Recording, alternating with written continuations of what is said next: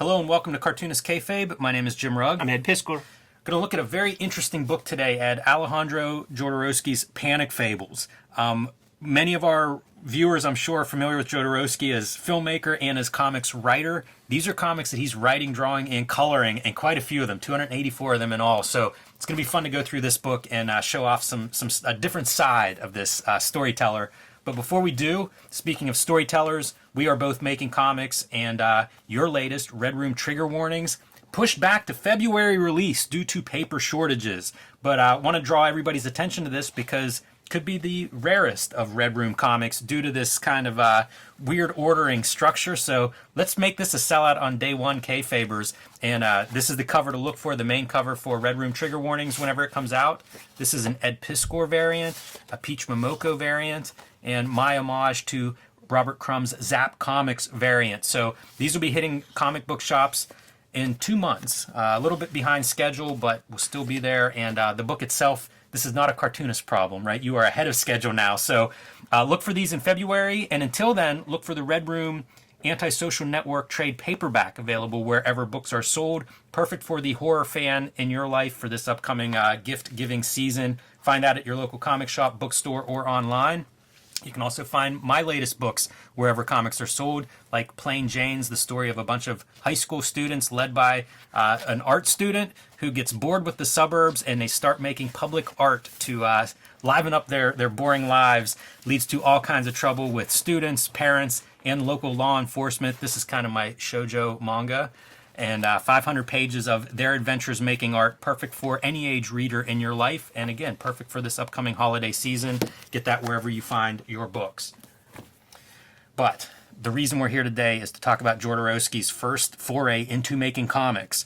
And this comes from, he gets kind of blacklisted. He's doing theater and he's teaching in Mexico, teaching mimes in school. And one of his famous students, Sergio Aragonés.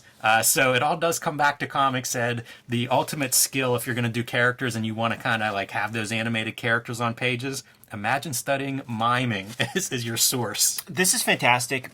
In the Jodorowsky Dune documentary, he talked about being blacklisted, being prevented from making films, being prevented from teaching, and he was like, so I figure I'll just make comics. And I think they might have flashed a couple of images of Panic Fables, but when he's like, I'll just make comics, like, I was thinking about his collaborations with Mobius and stuff, but nah, that stuff comes later, and these are the comics that he's making, and they're super rigorous. Now, my relationship to Jodorowsky, like, I got a little bit too much Pittsburgh blood in me, and I just can't put up with too much bullshit. And when you start talking spiritual and all this kind of mysticism, later for that, you could go take a walk.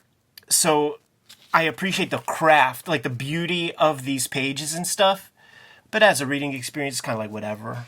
They're really interesting to me, as you say, with the craft, because we know Jodorowsky's super creative and inventive and thoughtful. And you get to see it as like a guy who, you know, I think he's a little self-conscious of his drawing. Like there's an intro by him for this book. And these ran, I should say, 67 to 73 as like, my impression is like an alt weekly. Yeah. So you'd get like a page of this on the back page of this one newspaper.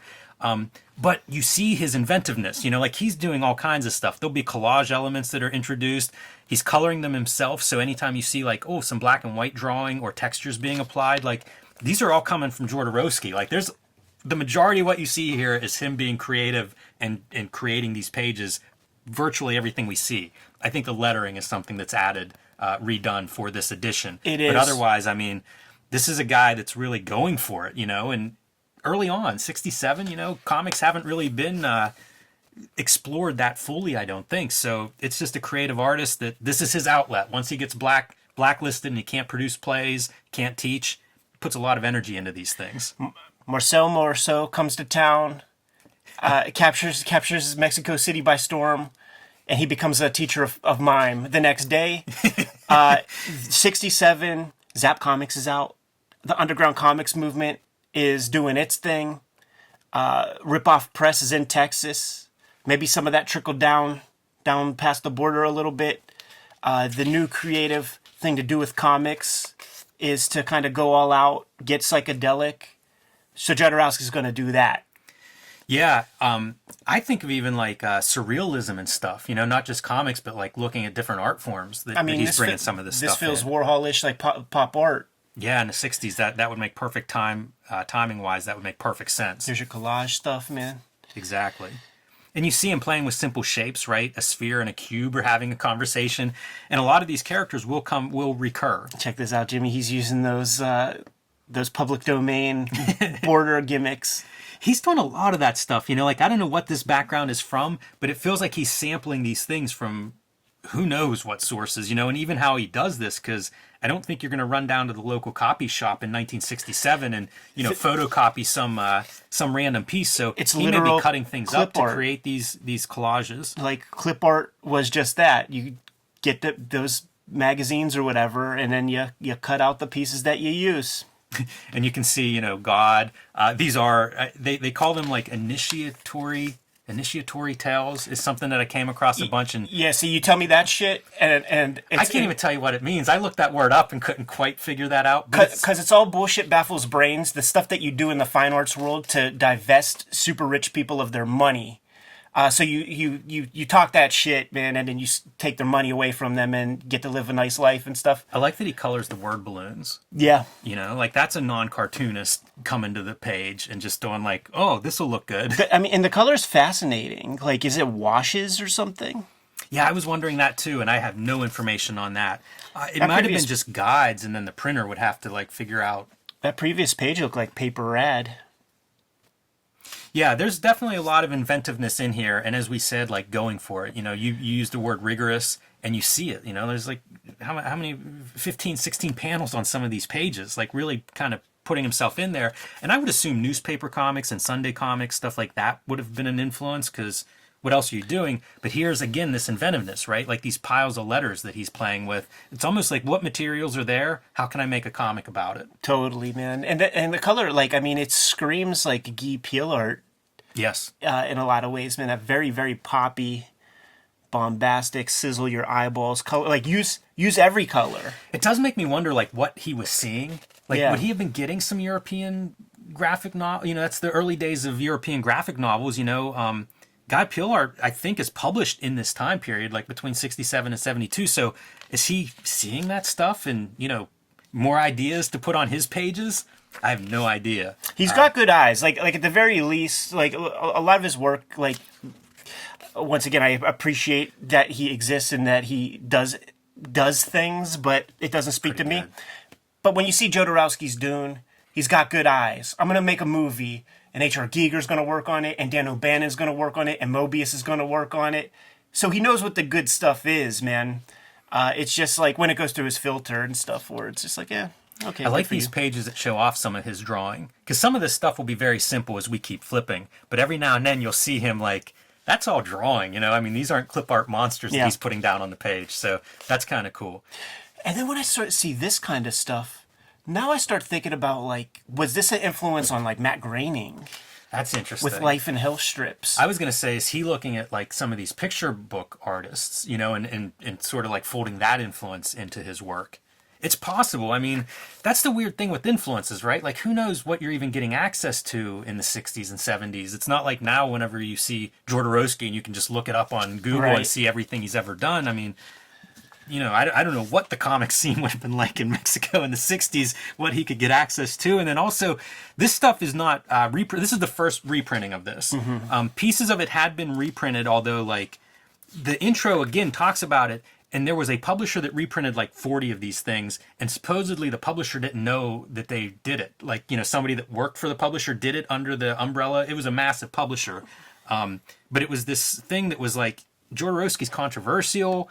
You know, it was almost done like under the radar, this collection. So these have been pretty rare in print, and it's amazing we live in a time where like this stuff gets produced. Yeah. The fable part of it, like some of these stories, I went through, I've read almost this entire book, and some of it is just new age kind of guru stuff. And then other parts are almost like, you know, like Jesus kind of, you know, parable type stories, like about a bee who doesn't want to share his honey and eventually getting like infected because it eats the honey and doesn't put it, you know, doesn't, I don't throw it up or whatever they do with it, and eventually gets sick and explodes. And it's like rancid honey that was inside of the bee. So cautionary tales of some sort. Don't hoard maybe. Jodorowsky is I think he is like a carny guy, like wrestlers or something. It seems like he's always got an angle to work. It reminds me a little bit of like Orson Welles. Like I'm an Orson Welles fan, and when he talks about his own story, it's unbelievable. Orson Welles, I mean, but Jodorowsky's that same kind of thing. Like these guys that are exceptional storytellers, when they apply that to themselves, of course they are like legendary giants. They can't help themselves. It's like they're storytelling all the time. And Jodorowsky's Dune. I would cut my arm off to make a movie. I would sacrifice my son to make a movie. And then his son comes in and is like, yeah, my dad maybe go through ninja school. Right. And maybe wake up and get beat up by a sensei. Also calls to mind like a Terry Gilliam or something. If you look at some of his animations and some of his artwork, it has this, like crude, naive. It's cartooning too, where it's like, it's a raw drawing so that you understand the idea of what I'm, this guy that I'm drawing here, or, this guy's a general or a corrupt general. It's almost like enough visual information for you to understand it. Not necessarily like I'm gonna draw him and make him round and have form and muscle and stuff.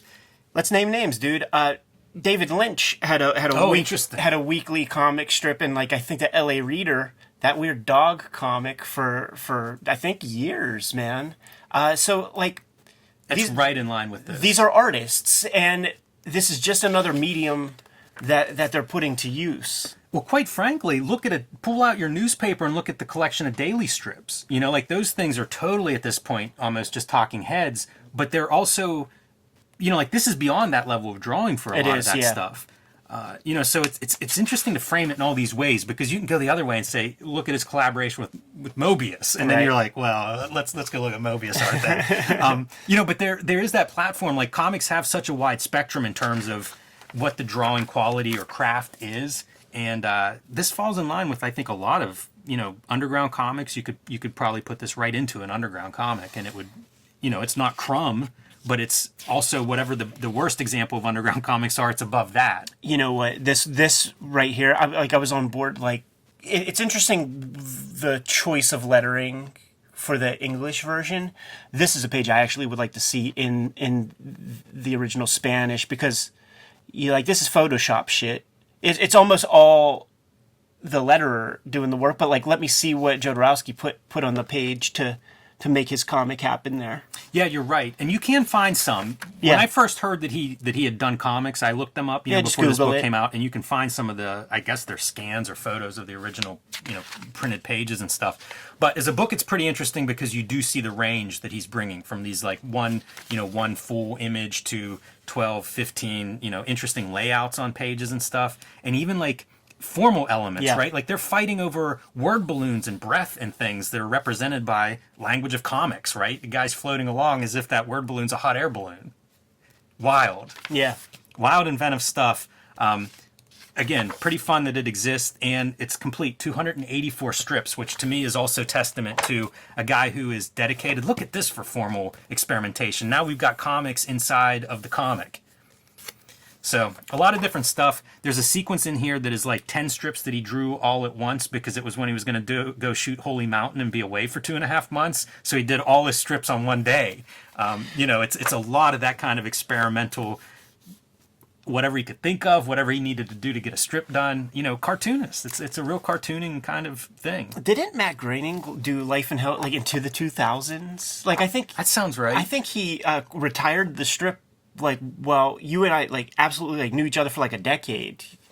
Yeah, that sounds right. So just these creative guys, when you get an outlet, you seize the outlet. I love the coloring too.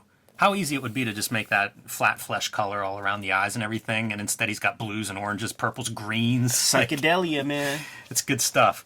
So kind of a cool collection, and again, you can find, this is not an obscure book. No, it's been out for a couple of years. I got it from Copacetic Comics, but you can find it online. Your good comic shop can order this book for you. So track it down if you're interested in the Incal and the one of the creative minds behind that one. It's been making a lot of headlines lately. Panic Fables might be your next book to give a shot. Let's get on with it, man. Kayfabers, like, follow, subscribe to the YouTube channel, hit the bell. We'll notify you when new vids are available. What's out there, Jimmy? Join me on patreon.com/JimRugg, where you can download a dozen of my out-of-print zines and mini comics. You can see a lot of my original art, scripts, layouts, the process that I make the comics I make at patreon.com/JimRugg. Red Room, the antisocial network, in stores today. These comics are going fast. If you see it, scoop it up, because I can't take for granted that they're going to be in stores much longer. Red Room, Red Room Trigger Warnings, issue 1, coming out in February, got pushed back about 6 weeks and got under-ordered because of the ransomware attacks over at Diamond. So this is going to be a scarce issue, number 1, for the first printing, and I want to see that print run disappear on day 1. Go to my link tree, go to Jim's link tree in the description below this video. You can get to our Patreons. You can get to places to pre-order and order these comics. What else do we have? Subscribe to the Cartoonist Kayfabe e-newsletter at the link below this video. You can also find Cartoonist Kayfabe t-shirts and merchandise like this homage to Rowdy Roddy Piper's old t-shirt, available again in the links below this video. Jimmy, give them those marching orders, man. We're going to be on our way. Read more comics.